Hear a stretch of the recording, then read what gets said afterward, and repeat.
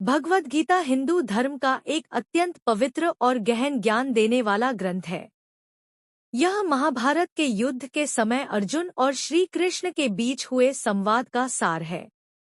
गीता केवल धार्मिक ग्रंथ ही नहीं, बल्कि जीवन जीने की एक कला भी सिखाती है।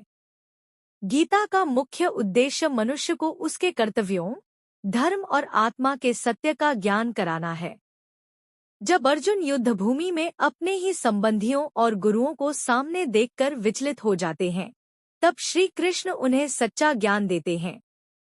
वे समझाते हैं कि जीवन में कर्म करना ही मनुष्य का सबसे बड़ा धर्म है।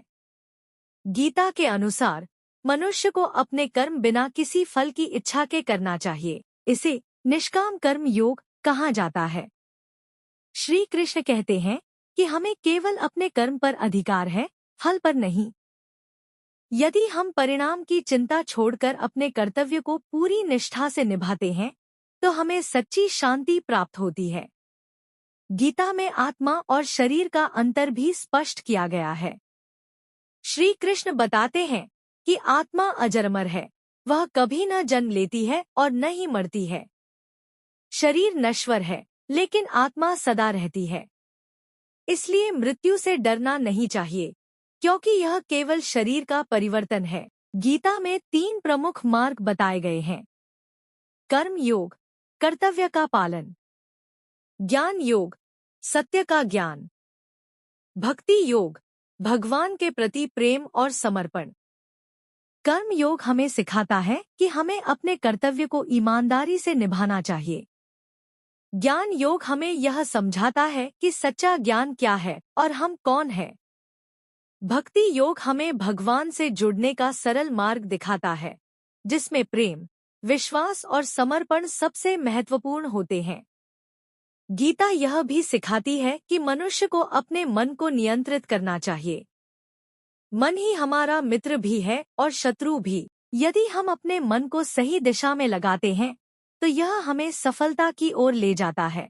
लेकिन यदि मन भटक जाए, तो यह हमें दुख और परेशानी में डाल देता है।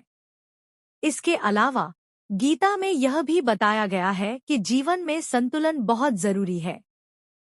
चाहे वह काम हो, आराम हो, भोजन हो या सोच, हर चीज में संतुलन बनाए रखना चाहिए। इससे मन शांत रहता है और जीवन सुखमय बनता है। गीता का एक और महत्वपूर्ण संदेश है कि हमें हर परिस्थिति में स्थिर रहना चाहिए। सुख और दुख, लाभ और हानि, जीत और हार, इन सब में समान भाव रखना ही सच्ची योग्यता है।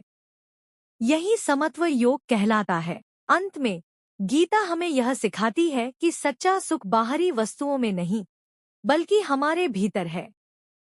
जब हम अपने कर्तव्य का पालन करते हैं, अपने मन को नियंत्रित करते हैं और भगवान पर विश्वास रखते हैं, तब हमें सच्ची शांति और आनंद मिलता है।